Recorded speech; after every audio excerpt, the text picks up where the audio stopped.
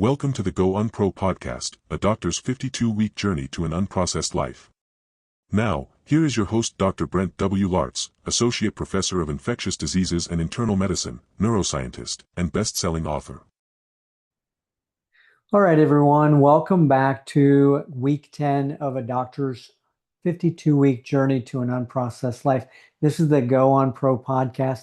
This is Microbiome Week. Since I just returned from Paris, we are now getting back into the swing of things. I didn't have as much fiber on my trip as possible. For the most part, I usually drink some a cocktail of fiber in the morning every morning. And with walking 25,000 steps, getting that exercise starting in the morning, normally that was not the most ideal. So I was taking it at night, and I only took it once or twice over the week that I was there, but I did get plenty of fiber otherwise with all the fruits and berries and salads and great diet that I was having there in Paris. Amazing city. You've seen some of my social media posts. That doesn't even take one lick out of what the amazing things that go on in that city on a daily basis. Just walking through Les Marais, that area of Paris. I was staying near the Bastille and had to get basically through Les Marais to get to the downtown area and to the touristy areas and to the River Seine. And so I was able to find small markets, and what an amazing city. I need to go back again. My favorite in France is really the south of France in Nice and Cannes, but and Aix, with the amazing markets that you can find there and the amazing breads you can find there. Certainly you can see all of these in Paris as well. And I think that the overall walkability of any of these French cities is second to none, with sidewalks that are wide and the streets that are blocked off for pedestrians, etc. What we're going to be talking about today is the effect of the bacteria in our intestines on our health and longevity. There's no shortage of information on this. The impact of ultra-processed foods and red meats and virtually anything that is less ideal and less plant-based on your intestines is second to none the most impactful thing you bring into your body other than the air. So if you live in a polluted city that has air that you're breathing in that's very polluted and has smog, certainly that could have a big impact on your longevity. The things you eat and put into your intestines and therefore then feed your microbiota in your intestines is the most important or second most important thing you can do in avoiding different things, plastics, and avoiding the red meats and ultra processed foods. Some of the data on red meats is a little bit old and might not take into account that the red meats that they were testing may not have been pasture raised and grass fed beef. So potentially that still is a little bit remaining to be found. But so far, it looks like red meats are somewhat of a cause of increasing risk of colon cancer. Okay, so where is that coming from? And we had a Sunday Science, and you can go back to a Sunday Science that we had a while back that shows that there is a bacteria, a strain of E. coli that produces something called colibactin. And this strain of E. coli is directly related to the increasing incidence of colon cancer above or below age 45. Amazing to think. And these microbiota and these mutations in our intestinal cells, it appears, are being made 10 and 20 years before the development of colon cancer. So it may be too late to somewhat for somebody who was a child and was fed Doritos or other ultra processed foods. And I know Doritos is becoming better with some of their impacts on food colorings and whatnot. Hopefully, those changes are coming even more so with some of the other ultra processed ingredients in any of these foods. So, that particular bacteria that causes increased risk of colon cancer, we showed that it is directly the cause of colon cancer. It is increased in incidence in the intestines of those people who eat ultra high processed foods and other types of diets that are not plant-based or Mediterranean-based diets. Those are the key output of that information. And certainly this is why we now have the screening that has been moved down over the last decade from 50 years of age down to 40 years of age for screening of colon cancer, and some people maybe even less at 35 years of age. And the other thing about the inflammation in your intestines from your microbiota, the wrong type of microbiota, which can be trained by your diet, can increase the inflammation in your intestinal level, causing a leaky gut. These bacteria, which cause inflammation, allows these bacteria to cross the gut barrier, which then introduces something called lipopolysaccharide or lipooligosaccharide into the bloodstream. And theoretically, that then causes the inflammation, and that can cause a whole host of different inflammatory issues for the body. And so this is why I am having more of a Mediterranean diet, more of a mind diet, more of a plant-based diet, some meat, some fish, but almost no red meat, almost no dairy, although I love cheese. So, I have to have some pleasures in this life. So there will be some cheese. But right now, I am up to 3 to 4 vegan days per week. I am down to basically almost no beef, and my only dairy that I have is cheese. And so cheese, one can argue, is a fermented dairy, and some of the compounds that are animal proteins are broken down by the fermentation process, and some of the bacteria there, and potentially have less immunogenicity for our body. But again, it's my choice to eat some cheese and to avoid all dairy. I don't know if there's really that much information for or against dairy, but it is an animal-based protein, and therefore I try to avoid it. There is multiple studies showing that plant-based protein is beneficial, that longevity is actually increased when we have a decreased amount of protein in our diet, not increased the way the gym bros would love you to think that you need an increased amount of protein. Certainly, there may be some data to say that when you are older, especially when you are inactive, that you might need increased protein. Why is that? Because if you're not building muscle by resistance training, then you're going to need more protein to keep that muscle and to not lose the muscle mass with age. And however, there is data to say that if you have a low protein level or a normal protein level and not this increased protein level, even with older age, if that person with older age participates in resistance training, that the muscle mass is preserved in that person. So low protein, increased resistance training. Hence, the other day, I got my mother into the gym. She does participate in water aerobics with some small amount of weights, but she certainly does not do really, truly resistance training otherwise. And so I got her into the gym, showed her what to do. I think that some of the older generation right now that is in their 70s and 80s, they're not used to being in the gym. They didn't have gyms.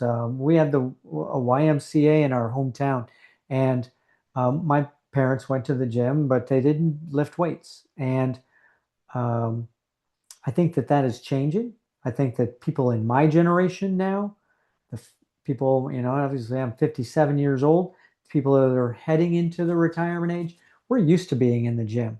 And I'll tell you, even more so in the younger generation, the resistance training is something that will be important as you age to increase your muscle mass without having to increase the amount of protein in your diet. Keep a low protein level. There are mouse studies, there are animal studies showing that decreased protein,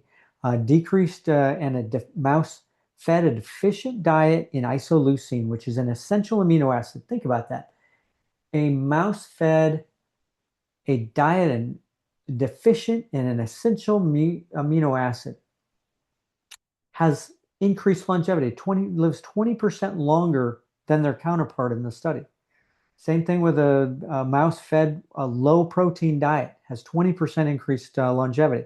And certainly we're not mice, right? But just some food for thought when you're listening to these people make you buy some processed crap that is a protein bar of some sort or a protein um, whatever it happens to be, that's loaded with processed foods and just makes you want to have. I saw today in the hospital there was protein chips.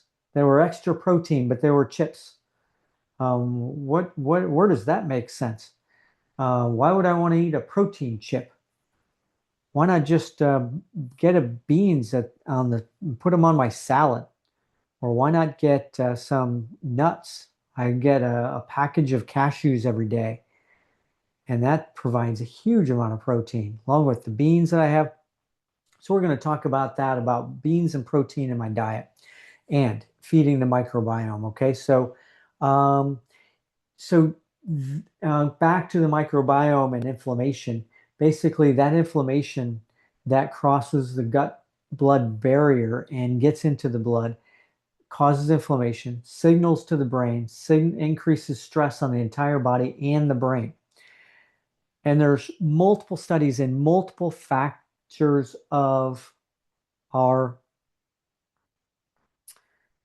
5 pillars, right? And regarding the microbiome's effect. Let's start with diet. Disruption effect on the microbiome in our intestines can affect the absorption of nutrients and absorption of water in the colon, and therefore could make issues that could affect your nutrition. It could also affect the let's think about alcohol in our diet. Alcohol in our diet affects the microbiome and kills certain particular type of bacteria that are beneficial toward you, and actually then feeds potential bacteria that are actually detriment to you. And so this could be an effect on alcohol on our microbiome that can then affect our diet. The other part about our microbiome is that our microbiome, as far as our diet, produces 10% of the calories we eat. And it produces beneficial factors in our diet. And these can be fermented foods. It can be postbiotics, in other words, a fermented food that then just has the products of fermentation from the bacteria. And these are the main things are short chain fatty acids. That's propionic acid, butyric acid are the two main ones. And those are two main things that do ingredients from our microbiome. The food that it produces for us that feeds our colon, colonocytes. Those are the cells that line our colon. And it produces a healthy colonocyte, prevents that leaky gut. And what produces an increased amount of these two fatty acids is increased fiber in the diet. Inulin and or other non-absorbable or absorbable and soluble um, fiber. Okay, so here's where then that, so let's move on to our other um, pillar, the movement, the exercise, and the cardiovascular fitness and the resistance training and strength. The microbiota that we just talked about, producing that propionic acid and butyric acid, those two short chain fatty acids, have been shown to improve cardiovascular fitness and improve resistance and training fitness and muscle mass and decreases sarcopenia. So if there's one thing that in our diet, in our Mediterranean diet that we're going to do, it is to continue to improve our diet's impact with fermented foods and foods with probiotics, prebiotics, and postbiotic effects. When you take a probiotic, not very many of those bacteria actually make it to stay in your intestines. A lot of them get excreted out of the body without maintaining any kind of presence or persistence in the body. And so we need to help that along. And this is usually more with fermented foods. Fermented foods have a bacteria that's already on and linked and into the fiber that is in there. So if you're going to have fermented foods, let's say fermented beans, fermented hummus, fermented yogurts, and fermented milks, then, and fermented breads for that matter, sourdough breads. Sourdough breads have this um, lactic acid and butyric acid and propionic acid that is in the bread itself. And actually, that's the reason there's some sourness to it. And that is the reason that that it is so beneficial to us to, if we're going to have bread, which we do know that we want to decrease our sugar intake, but we want to have that diet be beneficial to us when it is sugar. It has to be berries or vegetables that have antioxidants. And in this case, it should have some kind of postbiotic or prebiotic or probiotic effect. And the way to do that also is by consuming fiber at the same time. Okay, so we'll talk about that more. And then also coming soon in a Sunday Science, I'm not sure if it'll be this Sunday or the following Sunday. I'm working this Sunday and have quite a bit on my plate. But I think probably the following Sunday, we're going to have a Sunday Science on the effect of microbiome on sleep. Your microbiome and its constituents and what bacteria you have in your intestines can impact your sleep. And we all know that sleep can affect the microbiome too. So there's this chain reaction going on. So the better your sleep, the better your microbiome, the better your microbiome, the better your sleep. So all kinds of things related to that, and also the time frame that you eat at night, potentially making those microbiota active in your intestines and potentially secreting certain compounds in your sleep that might be detrimental to your sleep. All right, so the other part about microbiome and our fifth pillar, we talked about the first three pillars. Let's talk about plastics, because your microbiota are essential to remove plastics from any kind of ultra-processed foods that you might eat. We're all human.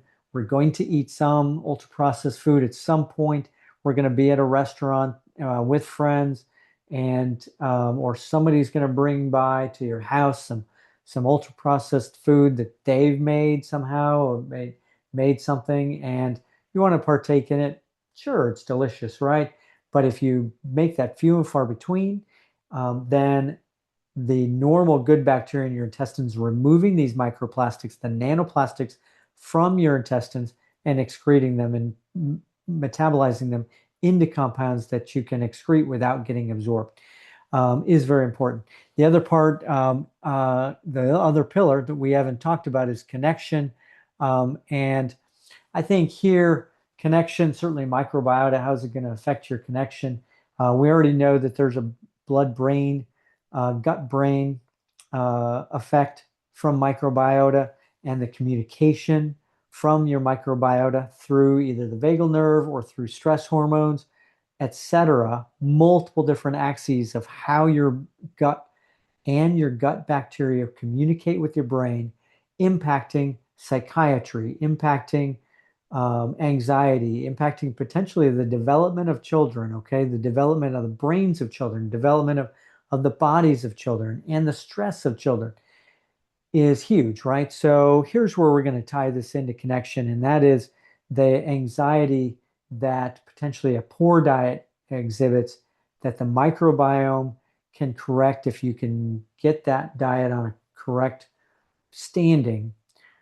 Could help with your connection, could help with your brain impact of language, impact of travel, impact of your connections to others. Okay, so I am fully in sync with this. Okay, so let's enough of that. We're going to start here with let's do one more little comment here, and I see this a lot, and there's certainly the anti-nutrient statements that we see on social media.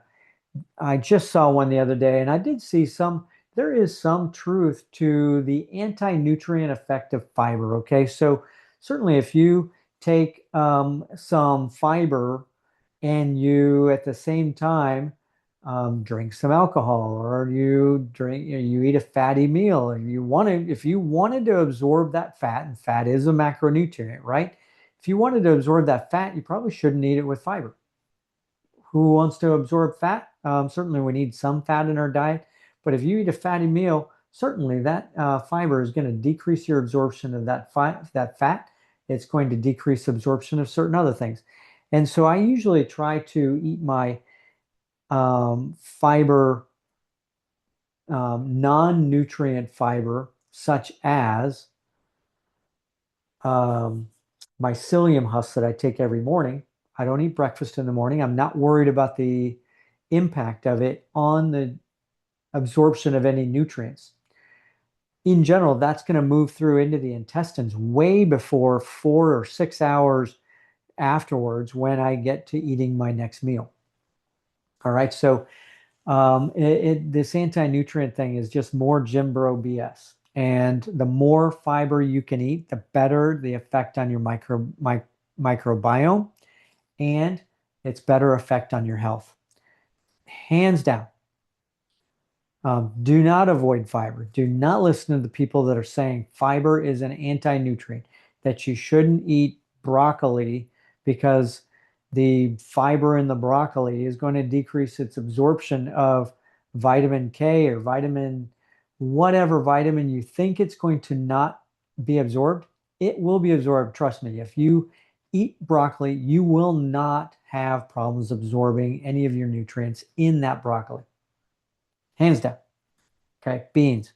You will absorb the protein from the beans. There is plenty of data to show that there are strength studies with vegan high protein diet, low protein diet, middle protein diet, that vegan protein gets absorbed regardless of whether there are these, quote, anti-nutrients associated with it. So spare me that. Do not bring that to me. If I see, and I love blocking people on social media, and it's not because they comment on anything that I say or anything. I fully love and endorse blocking people that I see that are spreading misinformation. The more that I can not see that in my feed of any of my social media, the better. I can block them, not have to see it. I love that. I love doing that to gym bros. Certainly, I'm a little bit of an athlete, a little bit of a gym bro myself as far as being a gym rat, but I'm not the gym bro. I'm not one of the people touting high protein, touting any kind of other fad kind of diets, the carnivore diets and whatnot that these people are throwing at us.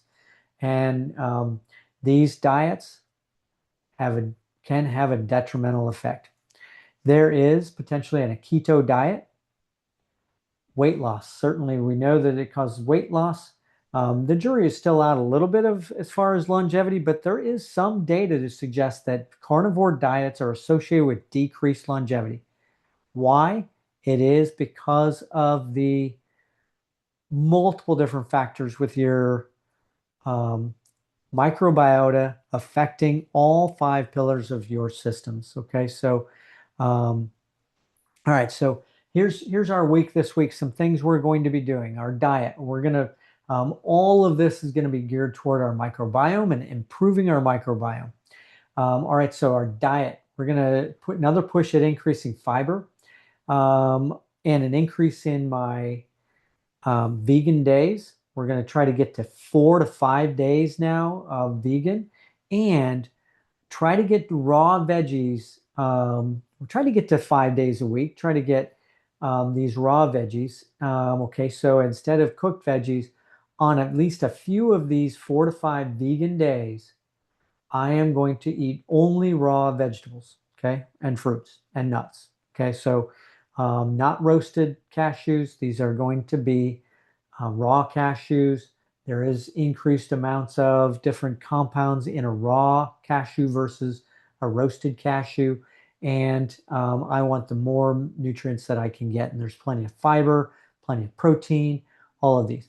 The other thing that I want to get to, and I haven't been practicing as much, is try to eat beans at least 3 days per week. And those beans, I eat plenty of hummus, and I think some of this hummus, is a processed food. And the hummus that I eat comes in a nice package, and it tastes great.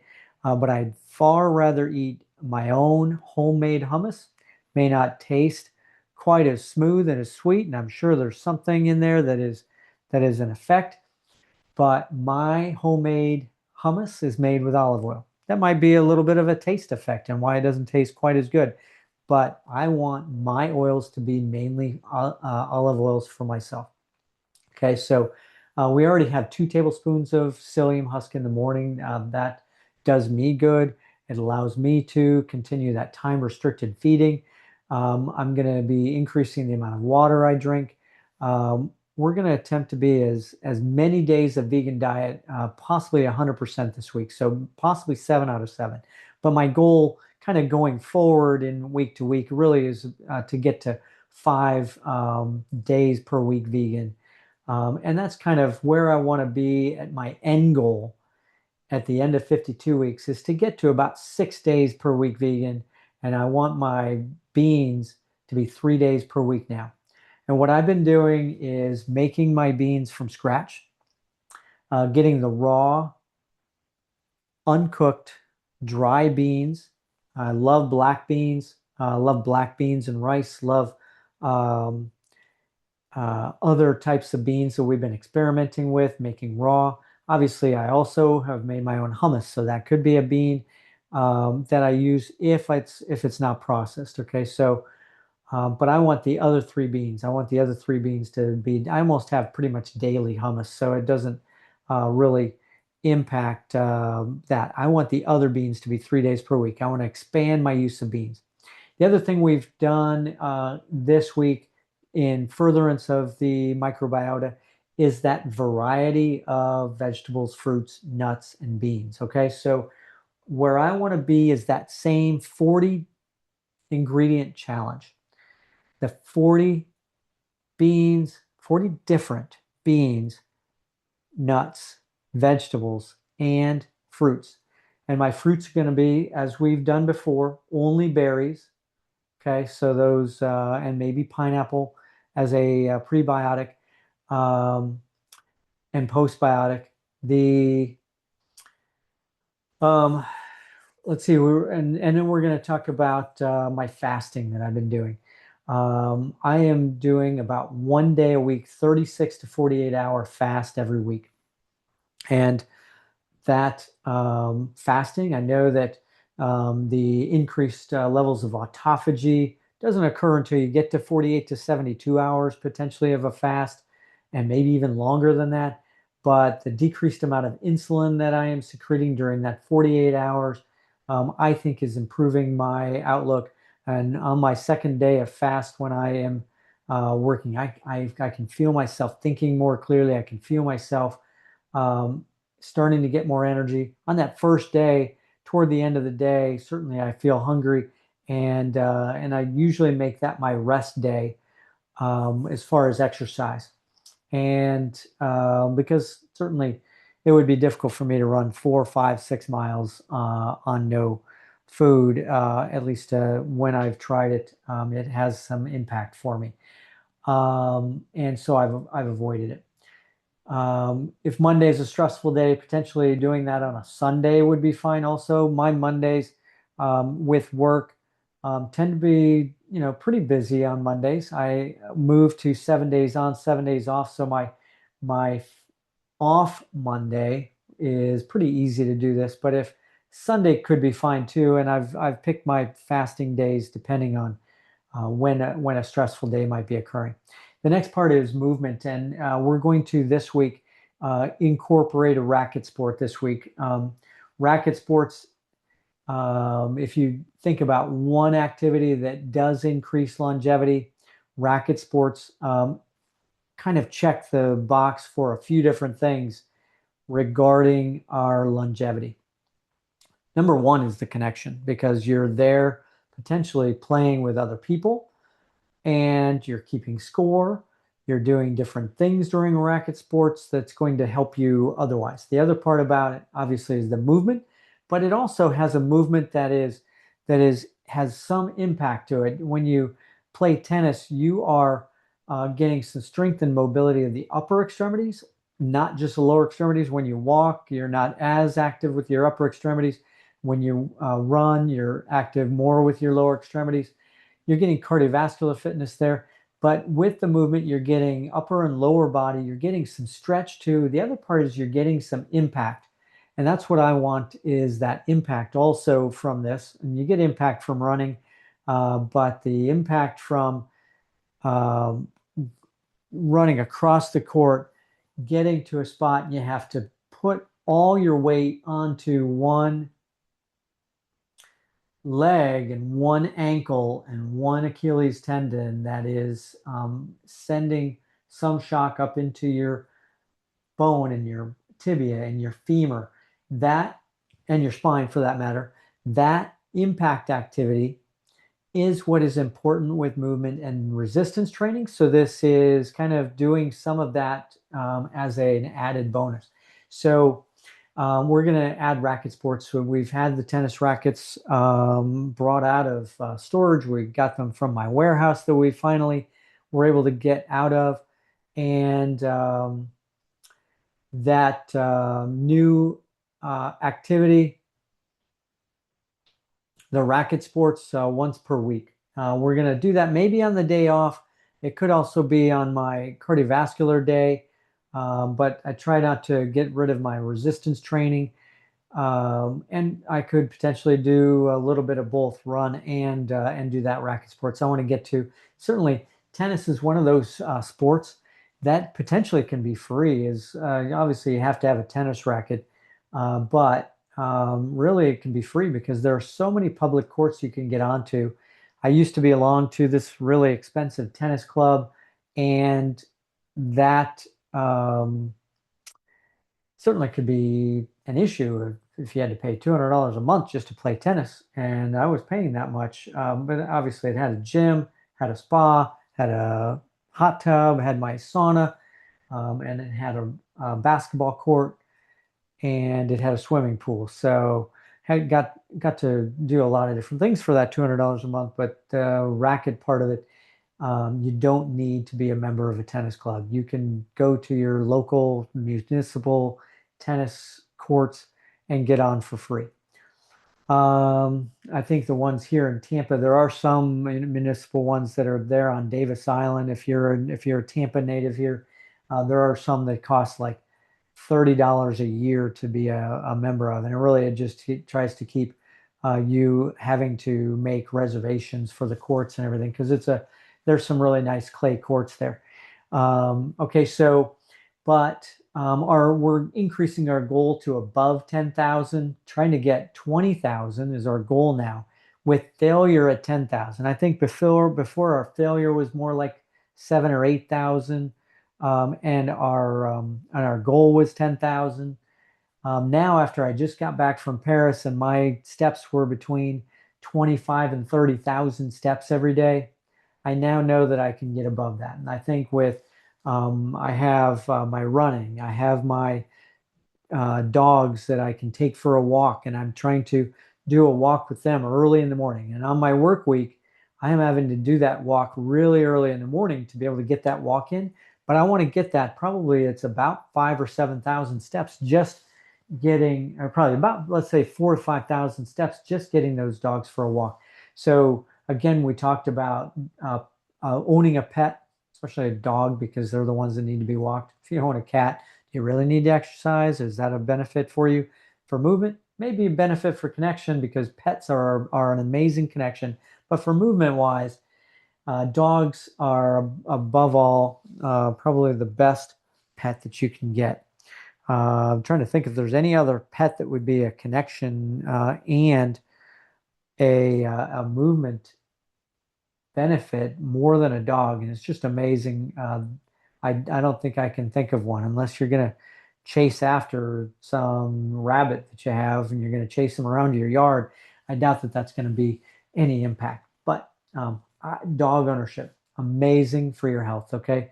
So that's going to be it for movement this week. Again, affecting our microbiome. And we're again going to increase our fermented foods, and that's going to impact our movement. Okay, so sleep. We're going to increase our meditation. We're going to increase our use of the rose thorn bud. I got away from that a bit.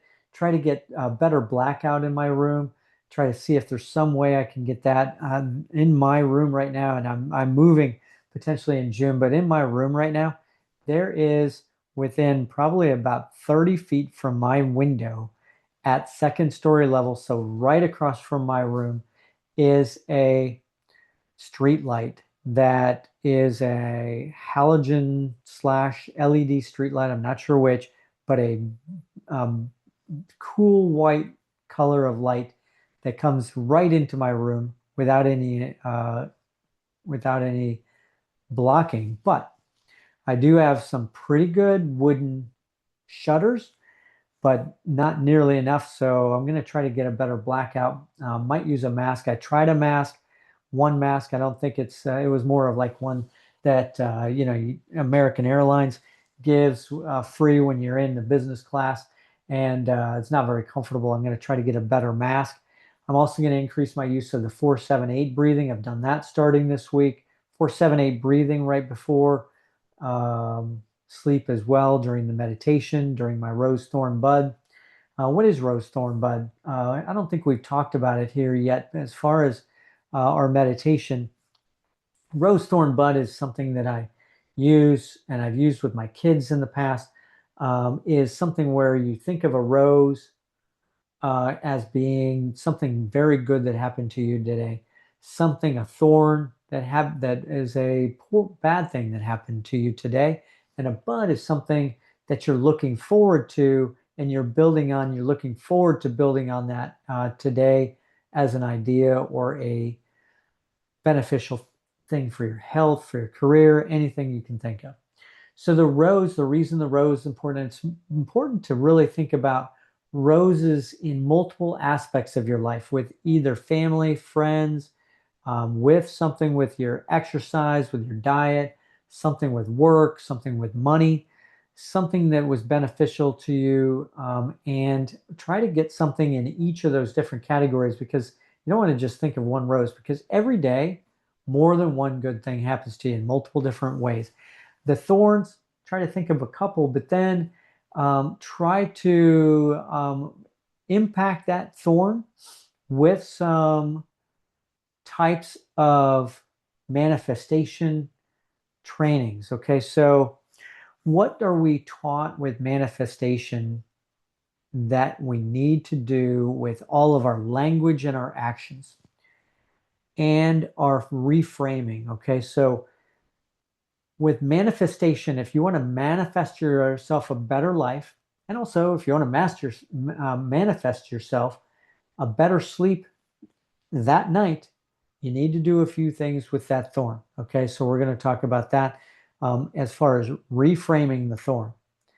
The thorn is going to be something that upset you, was something bad that occurred that day that you need to process.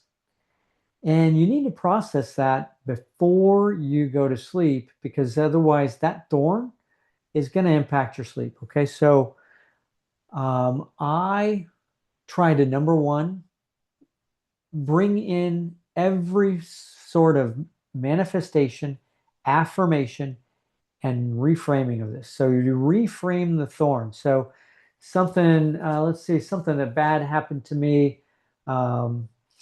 If a patient's not doing very well, and I've been thinking about it, or if, let's see, if something happened with my family, with my daughter or my son or something like that, and I think something bad is happening with them, or if something's with my girlfriend or with anything else.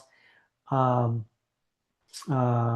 recently have a friend of a family member of a friend who is on their deathbed. And certainly that person has lived a long life. Okay, and same thing with any patient of mine. Reframing that death or that bad thing as potentially a not necessarily a good thing, but a reframing of it in a light that makes it better.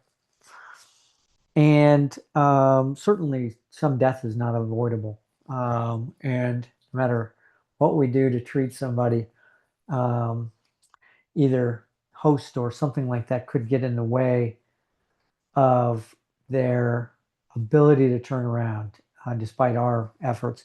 And I think that the more you can show with that thorn that you did your best, or that if you didn't do your best, that you're going to learn from it and that you're going to do better next time. I think any kind of reframing of that, but also any reframing of a thorn from negative to positive.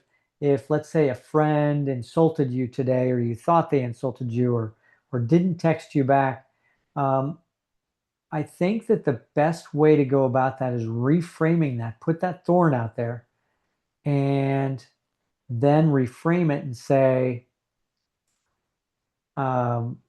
it's not necessarily me that's the problem here, as long as, and if you made the effort and you put forth your best effort for that connection, and put forth, and maybe learn from any mistake that you might have made, that you can reframe that thorn into something better. Okay, so all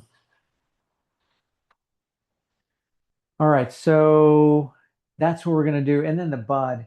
And then the classic way to reframe that thorn is to turn it into a bud. So you're going to have a few buds that you're looking forward to, something that's, it might be a vacation, but let's say you turn it into a bud as far as a person who didn't text you.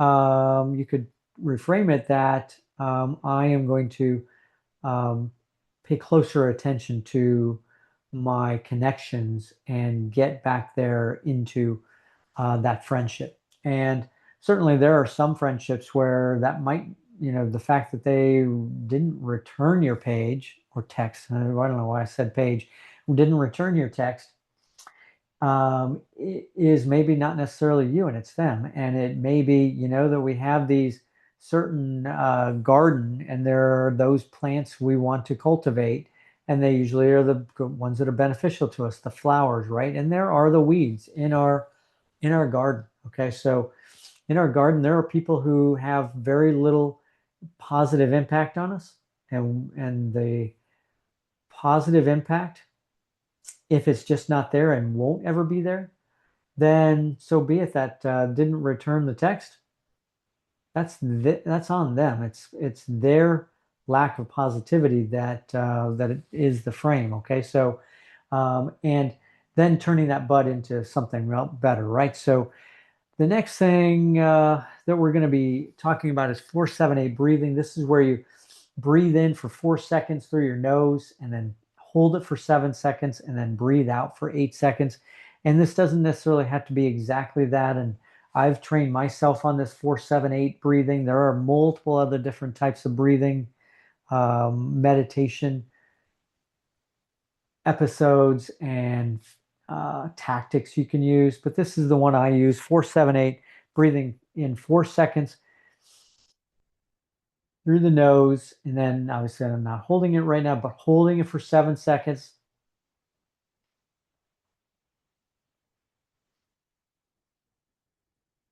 Breathing out for 8 seconds through the mouth.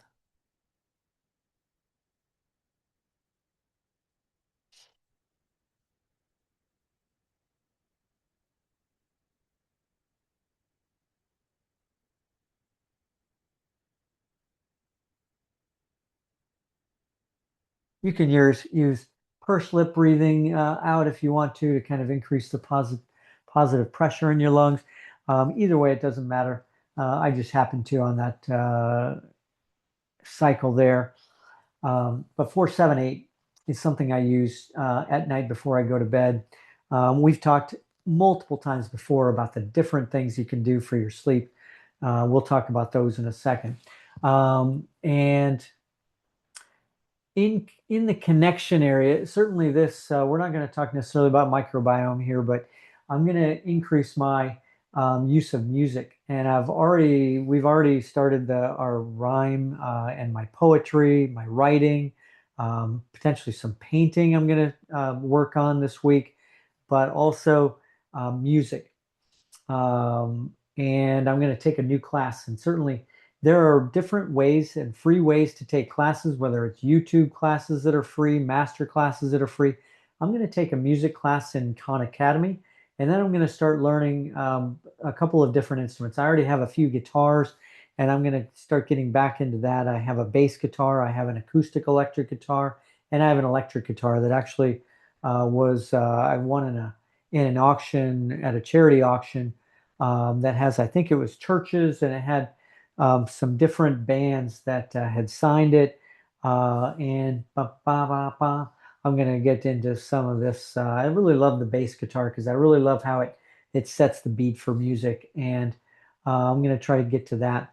I also want to get back to saxophone. I played saxophone in 5th and 6th grade and then gave it up. And I'll never forget my music teacher in 6th grade. It was at Lincoln School in Charles City, Iowa. And my music teacher, when I told her I was not going to be in band in 7th grade, I really regret that to a degree, but she asked me, what if you don't make the wrestling team in 7th grade? And I thought, nobody doesn't make a team in 7th grade. Everybody makes the team. You may not be, the number one wrestler on your team, but you're still going to make it. But I wish I would have kept with the saxophone because I also love the blues sound of a saxophone. I want to get a tenor saxophone and actually maybe even not a baritone saxophone, but another more bass saxophone to try to start to learn that as well. And I'm going to use some Khan Academy and YouTube videos to learn that again. So and everything else I'm already doing for connection, language, travel, trying to get out to meet some friends, for lunches, trying to keep up with them. All right, so for plastics this week, a few different things and that I already do that I hadn't mentioned before that might as well be in week 10 is my pets. So your pets are the same as you as far as impacting things, and I know some people have plastic bowls for their pets and whatnot, and plastic feeding, automatic feeding types of machines that'll automatically feed and automatically water your pet. But these things have plastic in them. I use a stainless steel bowls and a glass bowl for the water, and try to impact the plastic intake of my pets. The other thing we're going to talk about is a few things that I'm going to reinstitute that I've done in the past is laundry tablets. There's one particular laundry tablet that didn't have any PVA in it, which is polyvinyl acid, and that PVA and different plastics could be in a laundry pod.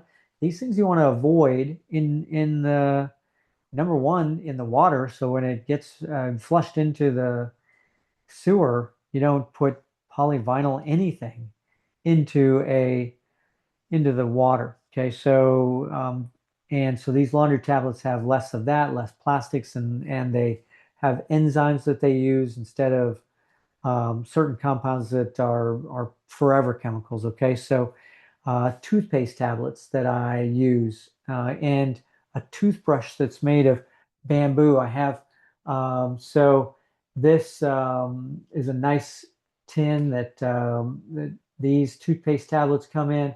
Also, a bamboo toothbrush that I'm getting that has boar's head bristles. I think probably the one thing that I think, obviously we can get a bamboo brush that has plastic bristles.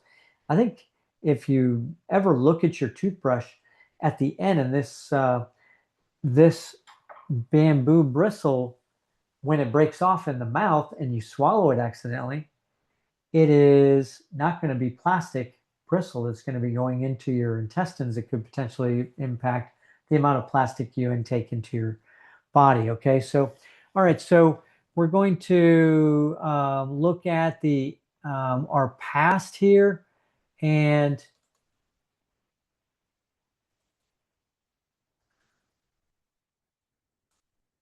what we've done so far. Again, all the way through this, we're on week 10. Everything we do should be cumulative. Okay, so everything we do from week 1 to week 10 so far is cumulative. We have 52 weeks. We're 1/5 of the way done with our year, and we've impacted quite a bit of our diet already. Tell you, we could probably even stop right here and improve the health of a lot of people. And I know my health has already been improved. I think that I did my cholesterol at probably about week 4 into this, and I had impacted my cholesterol already. I had impacted a few other things. My apolipoprotein B and A, small a, were slightly elevated still. So we have some ways to go as far as my cardiovascular risk goes. And we're looking at getting some more blood work in the next week or two. So we'll let you know where that stands once we get that accomplished. All right, so I'll bring in that. And certainly around week 1, I also did some testing on the plastics in my urine, which is a biomarker for the amount of plastics that you might have in your body. And those were not high, but also not zero either. So that's where we're at with that. I need to I paid for 2 of those tests, and I'm looking at doing that again once I've done a few things. And the one thing I want to do before I test that again is the water bottles that I use. Anyone who drinks a lot of water knows that there is an issue with plastic bottles. If you really want to be able to drink water 3 or 4 times a day, you either need to bring that with you in a large bucket and have a spot where a large container that you can take and refill. Where do you refill that? In a sink in your work or something like that? Or do you have potentially a water station at work? That is something that I think that more and more workplaces should get to. If you There is some environmental impact to that. If you're having bottles of water delivered by a truck specifically to your one location, that could be a lot of hydrocarbons. But either way, I get a particular water that comes in a glass water bottle, 5-gallon water bottle, and I have a ceramic dispenser that is not chilled. I like room temperature water anyway, so I try to avoid plastic that way. I know the water, there is some reports of a little bit of plastics in the water from that natural water source, but But again, you're not going to be in a plastic bottle. And so I'm going to probably in the next few weeks, I am going to be completely rid of the rest of the bottles and try to get toward something where I can get only um, non-plastic water bottles. So after that, I'm going to check my plastics again in my urine. We've gone through, okay, so let's go through the recap of what we've done in 10 weeks. We've gone to a serving of berries every day. We've moved more. We're starting an accountability app. So that app where you can track the amount of time, days that you exercise different ways and track that and look at it. You can, when you enter that information on a calendar for each one of those things, and I have a calendar for each one. So let's say, for example, and I'll pull this up to the camera. Let's say, for example, for I have one that's vegan. It just kind of shows you where I'm at with my vegan. Let's see if we can get that to show up here. And you can see that I've eaten cheese a couple of times. Last week, obviously, I was in Paris, right? I had some chicken. I was vegan a couple of days while I was there. This week, so far, I fasted on one day and I'm vegan today. And ethanol use, I can track the number of drinks I drink every day. I can drink. I have one that's called greens and berries, and I track whether I've had either greens that day, and that specifically is raw beans, raw greens such as a salad. Okay, so it could also be greens that are vegetables, and then berries. So either it's a B for both, or I'd put a green leaf for if it's just greens, and I have a strawberry emoji that I can put in there for the berries. I also have an exercise one that I have an emoji. You can use the emojis for a walk, dude or a woman walking. You can do one running, and you can do one weightlifting. I know you can't see that very well. It's kind of out of focus. But again, I have one for fasting and exactly what time I eat for the first time that day. It's also important what time the last time you eat that day. So I could potentially institute that. Sugar and soda have a little green check mark if I have avoided sugars and sodas. I think I had some kind of a sweet on Sunday, and I can't remember if it was ice cream or not. Packaged foods, I have a little number or a check mark if I've had any packaged food that day and how much of it. The thing I'm just starting now is beans and fermented foods. You can see the little peanut that I have there on one particular day. That's going to be signifying whether I've had beans or fermented foods that day. And I think I'm going to use a bowl for the fermented foods. I haven't exactly decided what emoji I'm going to use for that. But okay, so now let's get back to it. My supplements that I use really just vitamin B12, omega-3, and vitamin D and calcium. To me, those are the only supplements I need. B12 potentially, since I'm going toward a vegan diet, since B12 is lacking in a vegan diet. Um, Omega-3 may be deficient in a vegan diet. There are some sources of omega-3 oils, such as chia seeds and maybe flax seeds. And so I'm not big on chia seeds too much. I do put them in some of my yogurt sometime, and I don't eat them. I don't let them sit. I think some people don't like the way they swell up into what looks like a caviar or something like that, and kind of has some bad uh, um, texture to it. So uh, I try to eat them. I try to eat my yogurt as quickly as possible. I don't do overnight oats. I put raw organic oats in my yogurt along with berries and maybe some chia seeds. I use uh, um, cacao nibs. And there is some data out there that some cacao nibs and some cacao might have lead in them. And obviously, you have to really pick and choose that wisely with maybe potentially organic cacao nibs and in a tested situation where they tested it for lead and have a very reputable source for your cacao nibs. Don't just go to some um, rinky-dink outfit and get the cheapest cacao nibs you want. But there is a huge amount of antioxidants in cacao that I use. So again, what else are we doing? I'm avoiding sugar, low carb, mostly plant-based. We've gone to steel water glasses for my water that I take to work with me in the morning. I've gone to almost everything, steel, wood, or glass in my kitchen that I can.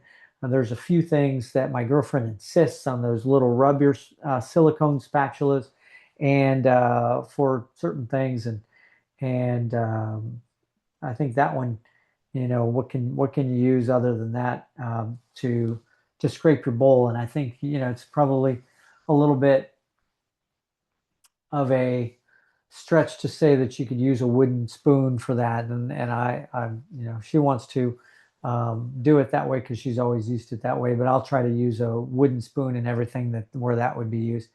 We've gone to a lot more olive oil, cabbage, broccoli salad.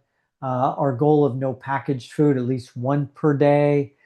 We've limited screen time. We've improved our sleep with various things about mainly red or less light in the evening after 7, 8 o'clock, and getting an early bedtime, getting a good 7 hours to 8 hours of sleep every night, and doing what we talked about, the meditation.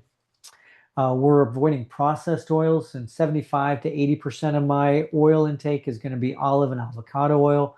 And if I do need to have some cold pressed seed oils, needs to be cold pressed organic seed oils.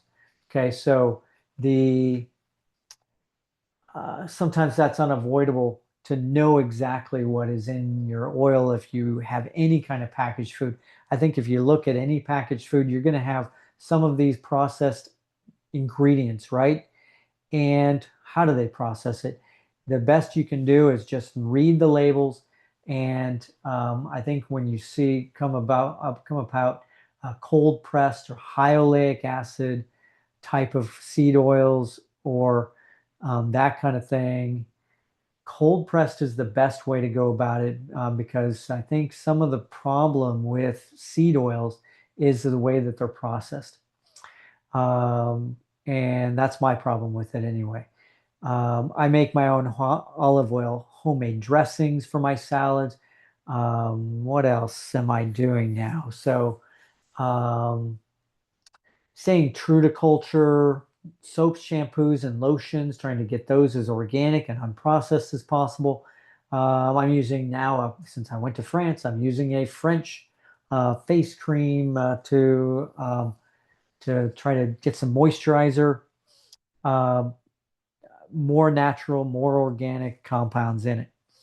All right, so let's see what else. We talked about fermented foods already.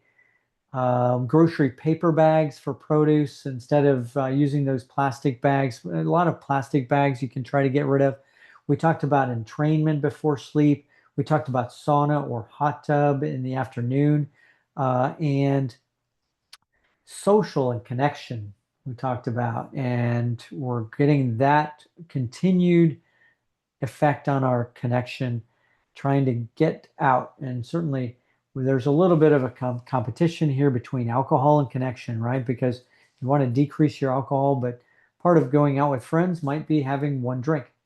Certainly no alcohol is the best. But if you are out with somebody for a glass of wine, and that's something I try to do nowadays, is don't do, and I don't do much liquor anymore. Rarely, if at all. I used to have occasional rum, but I try to avoid that and go toward more of like either a cider or a wine that might have some beneficial effects for me with the antioxidants. Okay, so for this week, we're doing that 40 whole food week, and we've already tried that once earlier in the session. I think I got to 36 or 38.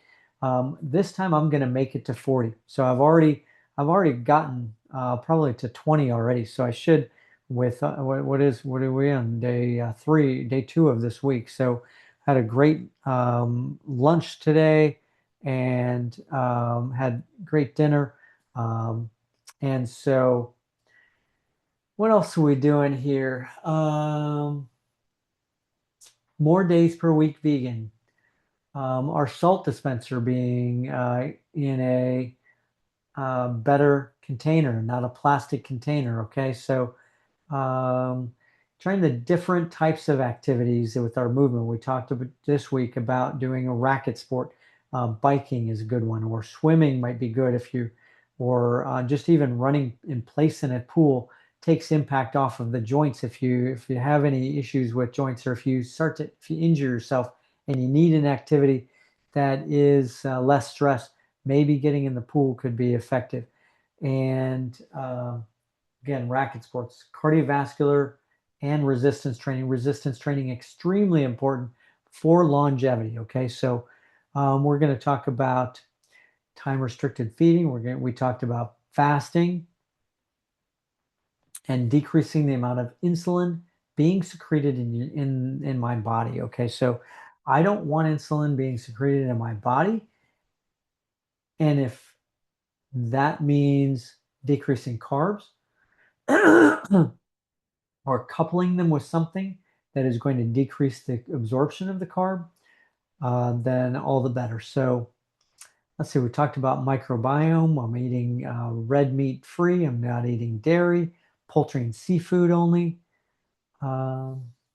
And then the creativity of painting and other things as well. And we have a Friday Frime Day, which is the day for poetry, right?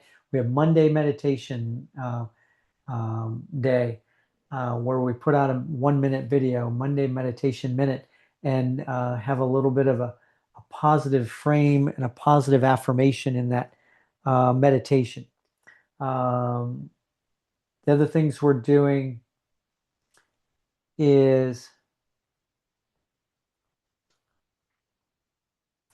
potentially a Thursday throwback. We're going to try to get in touch with some old friends. Okay, so a bunch of different things here. All right, so that's week 10. Thank you for joining me on this journey.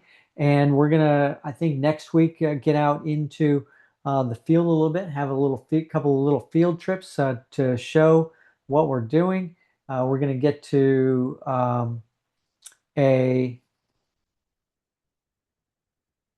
maybe we'll go to the tennis courts and show us on the tennis courts and playing, showing how that impacts our body by getting the impact, getting the stretch from one side to the other. I like when I play tennis. Now I'll maybe show off a little bit. I like to really run from court to court, and sometimes I play that there's not really the boundaries, that there's not that single or doubles line, that you can still return it outside of the line. So that gets you an even further court, right, to play with. And certainly now if you play on a court that has courts right beside it, you don't want to run into their court and be courteous, right? So I played tennis with my sister-in-law over the Christmas holiday when I was in Colorado, and thoroughly enjoyed that. She has a bunch of friends that she plays with, and a coach who's fantastic. That's again the situation where that is important, and getting out there. We're going to go to a field trip and play tennis. After too bad I couldn't do it this time on our show this week, but we're going to do it next week. I think we went a little bit long this week. I think this is going to be a little difficult to upload to some of my sites in video format. But thank you very much for joining me. Love all of you guys. I love the fact that you're with us here. I love following you guys. I love seeing what you guys are doing. Feel free to comment. Feel free to let me know what you're doing out there, because this journey is not me just telling everybody, hey, do this. That's not what this is about. Again, kind of the disclaimer at the end of this and the beginning of this says this is not medical advice. This is not me telling you what to do, because every person is different. The N equals 1, I thoroughly believe in some of that N equals 1 thing, but also it has to be thoroughly researched and science-based if it's going to be an N equals 1, okay? can't just say, oh yeah, this makes me feel better because I eat um, steak and eggs and cheese and dairy and I don't know, lard every day.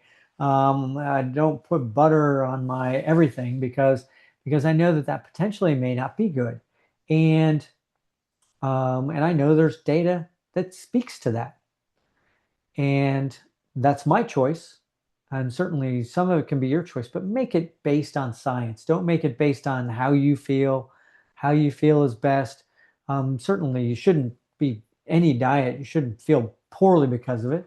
But there is going to be some discomfort in some of this as far as like if you're going to be fasting or time restricted feeding or calorie restriction, which calorie restriction is a mainstay of longevity. If you're going to be calorie restricted, you're going to be hungry.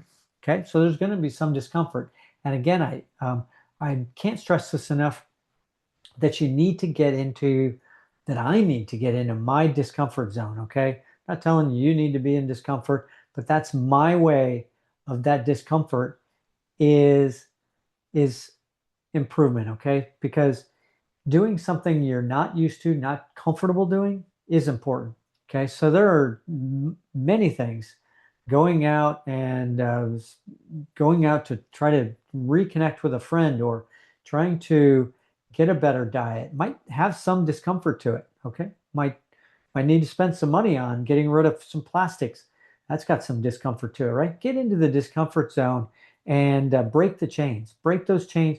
Everybody's telling you you can't do it, but in your mind, that affirmation that you need to be saying is not if I can do it, if I do this or if I do that.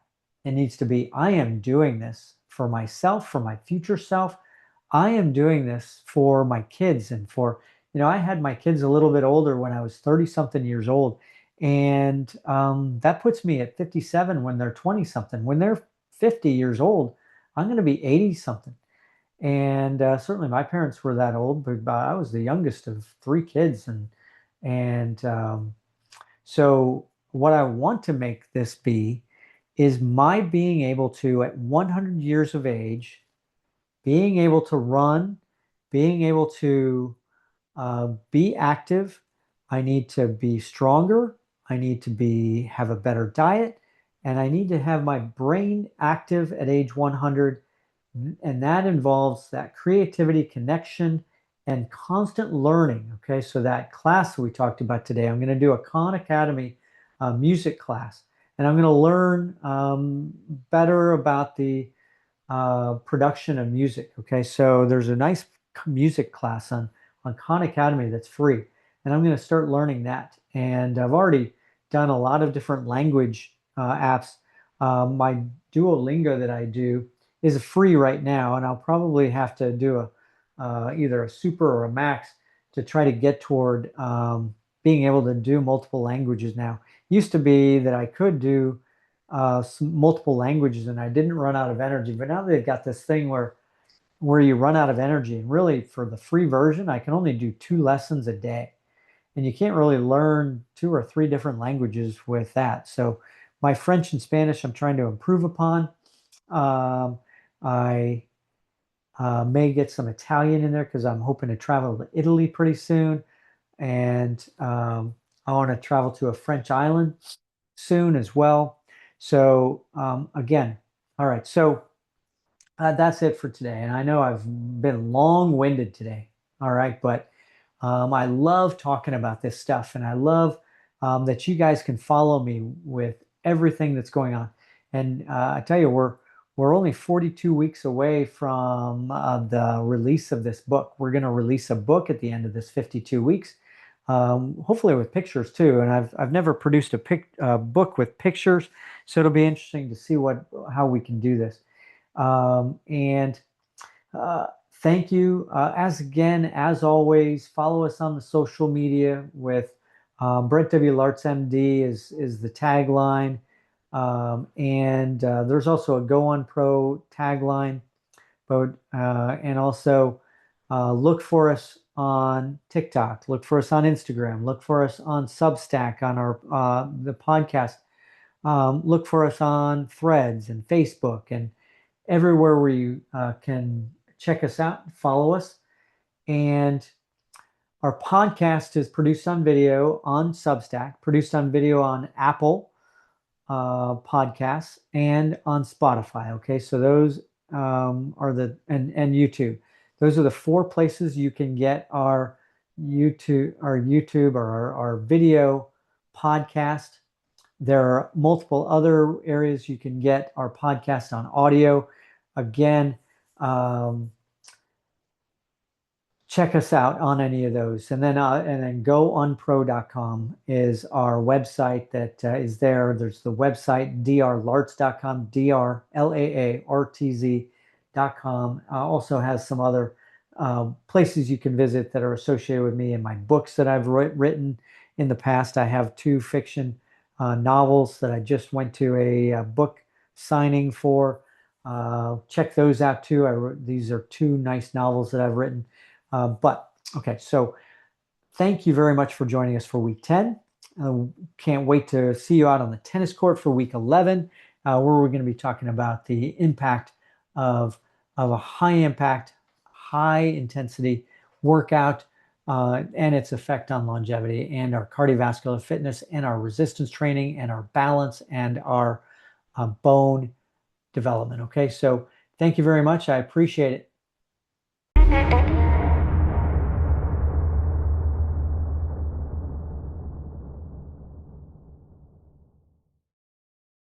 This site and any information communicated within it are not intended as medical advice. The information herein is not intended as medical care, diagnosis, or treatment of any medical condition. No component of this content, including discussion or comments, shall be construed or implied as establishing a doctor-patient relationship. Before you translate or copy any of the information, diet, exercise, or products utilized herein or on any social media post to your own practice, consult your own research, physician, therapist, or nutritionist for your own health. No warranties or claims are made as to the benefits or risks of any treatments, diet, exercise, or products herein. Research any treatments, diet, exercise, or products thoroughly before trying for yourself. Referral, affiliate, or advertising fees may be garnered by this site.